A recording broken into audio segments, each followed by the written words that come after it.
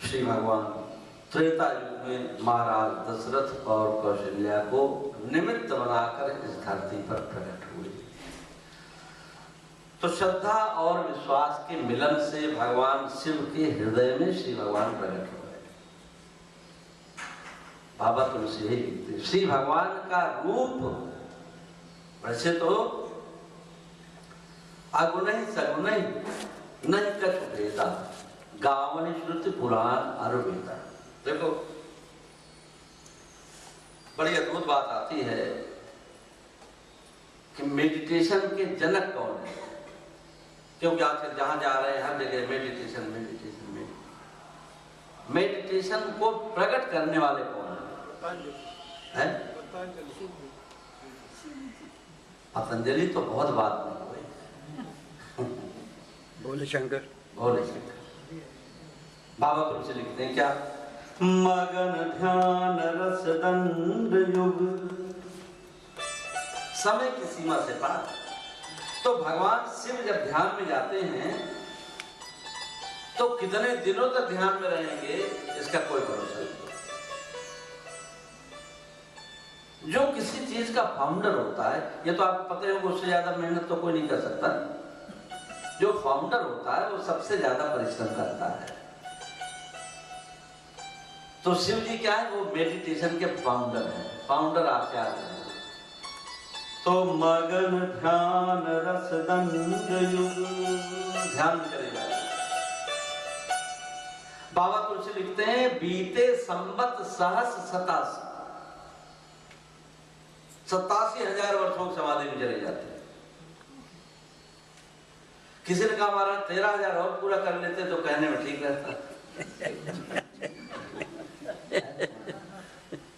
जैसे कई बार कोई क्रिकेट के मैदान में कोई खिलाड़ी तो है, अगर 93 पर आउट हो जाए तो अरे क्या बताएं बेचारा, बस शतक पूरा होने वाला है। तो भगवान शिव जो है बीते संवत सहस 87,000 वर्षों समाधि लग गई। तो कब समाधि लग जाएगी, कब टूट जाएगी, समय सीमा नहीं। और हम लोग जो मेडिटेशन के लिए, कई बार लोग हॉल रेंट पे लेते हैं मेडिटेशन के लिए। अब हॉल रेंट पे लिया है तो फिर उसके लिए तो बिल्कुल घड़ी के टाइम से हॉल में आना और घड़ी के टाइम से निकलना पड़ेगा। छोड़ो छोड़ो भैया, तो चलो। तो ये अभ्यास भगवान शिव जो है, मैं आपको इसलिए बात ही कहना चाह रहा हूँ, कई चीजें ऐसा उसका प्रचार हो जाता है कि वो उसका जो मूल स्वरूप है वो धीरे धीरे खत्म हो जाता है। प्रचार प्रचार में लोग लग गए और उससे क्या होता है कि जो मूल चीज है वो खत्म हो जाती है। तो हमें क्या तकलीफ? हमें तकलीफ ये है कि मेडिटेशन कथा को अगर खत्म कर दे। कल परसों में मैंने आप इस बात को उदाहरण दिया कि दोनों चीजें आगे चलकर एक हो जाती है। मेडिटेशन भी वही है, कथा भी वही है। तो भगवान शिव के अंदर क्या है? बोले मेडिटेशन के वो फाउंडर आचार्य हैं। मगन ध्यान रस दंड युग। फिर क्या किया उन्होंने? बोले तो ध्यान ज्यादा लग गया। अब ज्यादा ध्यान लग गया तो भी कई बार मुश्किल हो जाए। अब एक व्यास जी, अभी आप देखते हो जब लोग मंगलाचरण बोलते हैं तो थोड़ा तो ध्यान लगाना पड़ता है, भाई क्या बोलना है क्या नहीं बोलना है। तो थोड़ी देर के लिए तो मंगलाचरण बोलकर ध्यान लगाना पड़ता है। तो व्यास जी ध्यान लगा दिए ज्यादा देर। अब भाई व्यास जी को कौन टोके? तो श्रोता चुपचाप धीरे धीरे खिसक गए, सारे चले गए। व्यास जी ने आंख खोली, देखा कोई है ही नहीं। एक आदमी बैठा था, बोले भाई कहाँ है? बोले बाकी लोग तो चले गए महाराज, क्योंकि आपने जो ज्यादा देर ध्यान लगा दिया। बोले चल कम से कम तू तो एक श्रोता अच्छा मिल गया। अब मैं समझ गया, सारे बेकार थे चले गए, तू एक सही है जो मिल गया। अरे बोले महाराज मैं इसलिए बैठा हूँ, जो चौकी उकी है मेरी है, इसको मुझे ले जाना इसलिए मैं बैठा। ये बंद करो अपना ध्यान वाला चक्कर, चौकी उकी उठा है। तो मगन ध्यान रस दंड युग पुण्य मन बाहर। यद्यपि जब ध्यान में आप चले जाते हो तो निकलने का मन नहीं होता, बहुत अच्छा लगता है, लेकिन लोक व्यवहार में संसार के कार्य हैं। तो भगवान शिव ने अपने ध्यान में ही क्या हुआ? बोले भगवान श्री राम का स्वरूप प्रकट हो गया, है ना। बाबा तुलसी यहाँ पर लिखते हैं श्री रघुनाथ रूप उर आवा। भगवान क्या बोले? अरूप है, अनाम है, निर्गुण है, निराकार है, लेकिन भगवान शिव के ध्यान में क्या आ गया है? श्री रघुनाथ रूप उरावा। बहुत क्लियर यहां कर दिया, कोई गुंजाइश नहीं छोड़ी शंका। कौन आया रूप? भगवान नहीं लिखा, बोले रघुनाथ, जो रघु की वंशावली में जन्मे हुए महाराज दशरथ के बेटे हैं वो आए।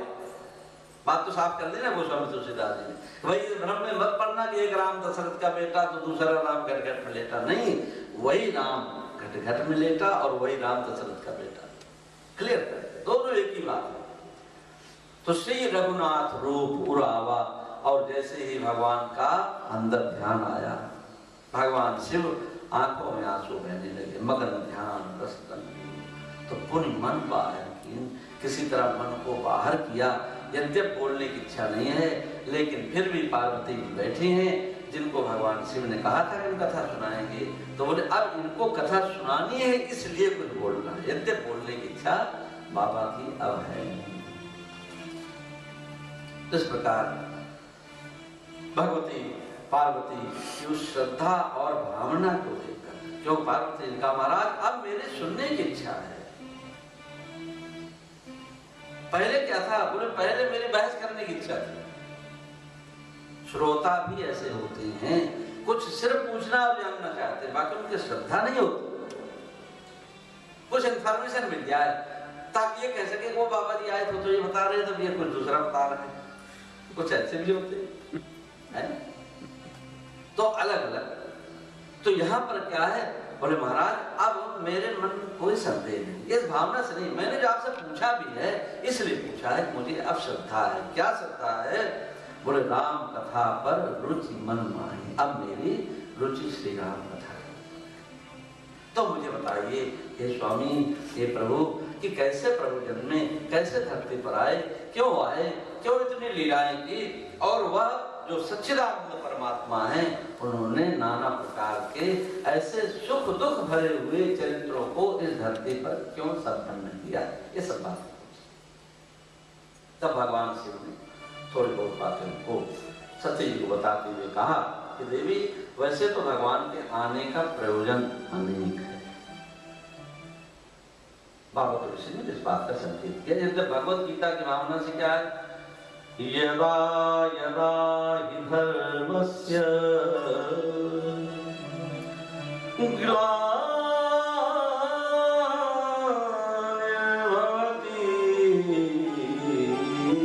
भारत अभ्युत्थानम्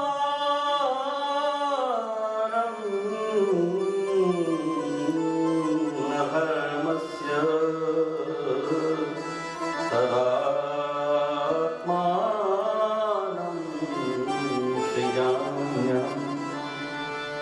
ये तो एक बात कह दी, भगवान कब आते हैं?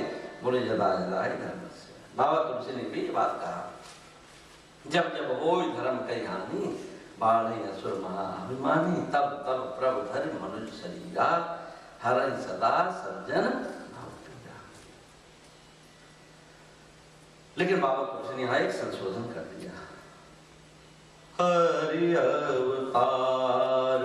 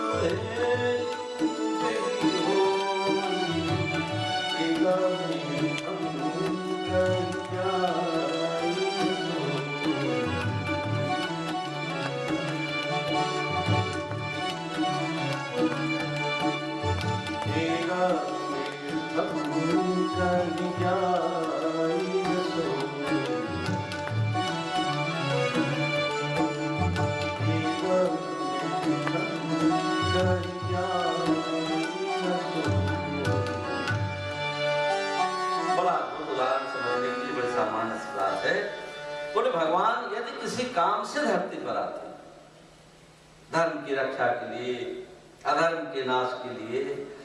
तो ये काम भगवान फोन से भी तो कर सकते हैं।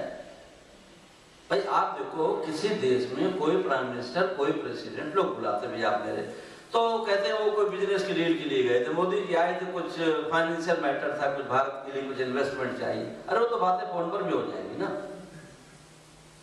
आज के जमाने में कोई व्यक्ति किसी काम के लिए क्या कहीं जाने की जरूरत है? किसी के घर जाने की जरूरत है क्या? वीडियो कॉन्फ्रेंसिंग हो रही सारा। अरे डॉक्टर पेशेंट को देख ले रहा है, टीवी पर देख रहा है, पेशेंट को गाइड कर रहा है, दवाई दे रहा है, सारा काम तो हो जा रहा है, तो फिर आने की क्या जरूरत? देखो, जैसे ही समय आगे बढ़ेगा ये कथा और ज्यादा हमको समझ में आने लगेगी, है? पहले रियली में देखा जाए समझाना बड़ा मुश्किल होता था, अब तो इतने उदाहरण हो गए हमारे सामने। और व्यास की परिभाषा में श्रीमद् भागवत ने दिया है कि व्यास की ये योग्यता होनी चाहिए, वो तात्कालीन उदाहरण के अनुसार लोगों को समझा दे। कई बार कुछ लोग देखा, आपने कुछ पूछा दो चार श्लोक बोलते हैं, श्लोक से थोड़ी ना बात समझ में आएगी। महात्मा बुद्ध और बौद्ध धर्म के सबसे ज्यादा प्रचलित होने का कारण यही था कि महात्मा बुद्ध तत्कालीन किसी छोटे उदाहरण से समझाने में बड़े समर्थ थे। वो थे तो भगवान की अच्छा कैसे समझते, एक बात आपको बताऊं, कैसे समझाते थे। अब ऐसे उन्होंने देखा होगा आपने, बौद्ध में जातक कथाएं हैं, छोटी छोटी कथा है। क्या बोले, एक पक्षी अपने चोंच में मांस का टुकड़ा लेकर उड़ रहा था और उसको बहुत सारे पक्षियों ने घेर लिया। वो पीछे पीछे दौड़ रहे, वो बेचारा भाग रहा, भोला पक्षी बेचारा। अब वो देखता हुआ ये लोग मेरे पीछे क्यों पड़े हुए हैं, मैं इनको जानता नहीं, पहचानता नहीं, ये सारे मेरे पीछे लगे हुए। और जाकर किसी तरह सोच रहा है पेड़ में कि कहीं छुप जाऊं, किसी पेड़ में केप बनी होती ना छोटी छोटी, कहीं छिप जाऊं, कोई जगह नहीं मिल रही, कहीं पत्तियों की ओर बेचारा छिप करके सांस ले रहा है किसी तरह। तो वहां एक बूढ़ा पक्षी बैठा हुआ उसको दिखाई पड़ गया। उसने कहा कि भाई देखो, तुम तो समझदार हो, इतनी तुम्हारी उम्र हो गई, हम इन लोगों को जानते नहीं, ये मेरे पीछे क्यों पड़े हुए हैं, हमने इनका कोई अपराध नहीं किया। बोले अपराध तुमने कोई नहीं किया है, लेकिन जो तेरे मांस का टुकड़ा मुख में है ना, वही सबसे बड़ी कमी है। तो क्या करूं? बोले इसको नीचे छोड़ दे। उसने वो मांस का टुकड़ा नीचे गिरा दिया, तो सारे पक्षी उस टुकड़े के पीछे दौड़े। बोले देखा मजा है ना। बोले ऐसे ही लोगों के रिश्तेदार होते हैं, अगर कुछ है थोड़ा, अरे इतना तो है, मुझे क्यों नहीं दे देता, गए तो क्या दे दिया, भाई है, $1 मिलियन का मालिक है, मिलियन सब मिलियन कमाता है, ये कोई चीज। अब भाई देखा जाए तो क्या मतलब मिलियन कमाता है कि कितना कमाता है। तो ऐसे ये संसार तुम्हारे पास कुछ होगा, कितना सिंपल सा उदाहरण दे दिया। संसार अगर कुछ होगा तो तुम्हारे पीछे दौड़ेगा, और कुछ नहीं होगा सब तुमको छोड़कर। देवता भी चले जाएंगे, बोले छोड़ो छोड़े कहा के आदमी पीछे क्या जाता है ना। हमने एकदम बताया तो शनि भी छोड़ देते फिर ऐसे लोग, और 7.5 वगैरह कुछ नहीं लगती, छोड़ हो जाता, कुछ है नहीं इसके पास तो क्या करना। तो महात्मा बुद्ध के धर्म की पॉपुलैरिटी का सबसे बड़ा कारण यह था कि वो जो टाइम था, वो श्लोक कभी नहीं बोलकर सुनाते थे, कोई ऐसी घटना आमने सामने अगल बगल घटने वाली दिखा कर बता देते थे और आदमी को तुरंत बात समझ में आ जाती थी। ये विशेषता। तो इसलिए इसी ढंग से बात को समझ लो। तो भगवान क्या है, भगवान को आने के लिए जरूरत नहीं है काम के लिए, तो किस लिए जाते हैं? बोले प्रेम से बुलाया जाना है ना। तो इसलिए प्रेम भी बस, भगत बस कौशल्या की हो। तो मुख्य कारण क्या है? बोले काम तो भगवान कहीं से भी कर देते, लेकिन भगवान आते हैं भाव देने के लिए, प्रेम देने के लिए। नहीं तो सबरी का क्या होता, केवट का क्या होता, गिद्धराज जटायु का क्या होता। काम तो कहीं से भी हो जाता, लेकिन वो भाव और प्रेम कैसे मिलता। तो इसी भाव से श्री राम कथा का तो मर्म न तो वो रहे न छोर है, कहाँ तक है, फिर भी चलो जितना। तो एक भजन के माध्यम से हम लोग जीवान को विराम देकर और देवान को भी हम लोग सुनेंगे।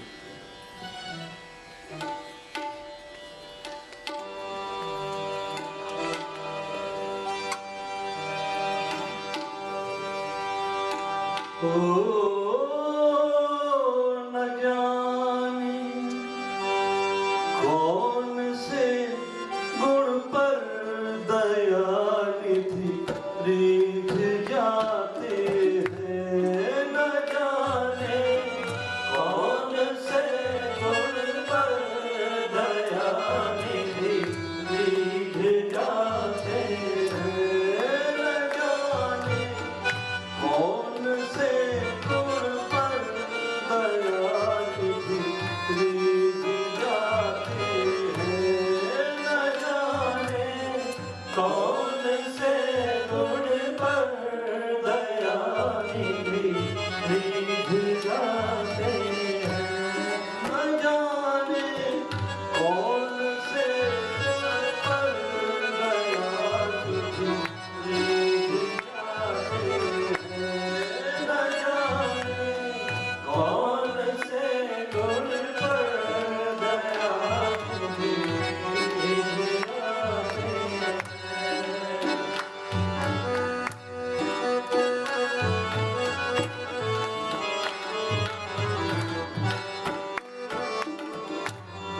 नहीं स्वीकार करते हैं निमंत्रण नृप सुयोधन का, नहीं स्वीकार करते हैं निमंत्रण नृप सुयोधन का, नहीं स्वीकार करते हैं निमंत्रण नृप सुयोधन का, नहीं स्वीकार करते हैं निमंत्रण नृप सुयोधन का।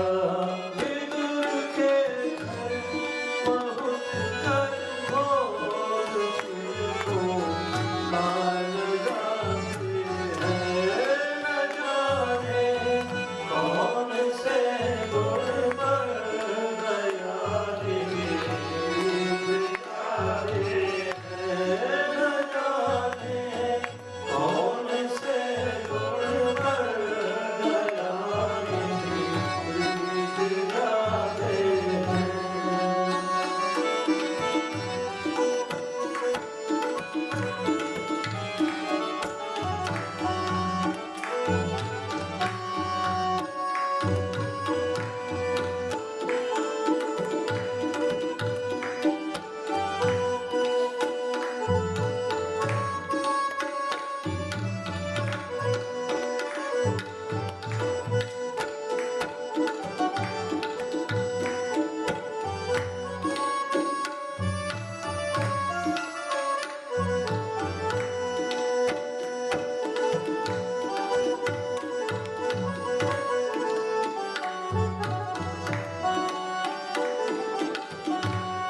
नाए मधुपुरी से गोपियों की दुख कथा सुनकर, नाए मधुपुरी से गोपियों की दुख कथा सुनकर, नाए मधुपुरी से गोपियों की दुख कथा सुनकर, नाए मधुपुरी से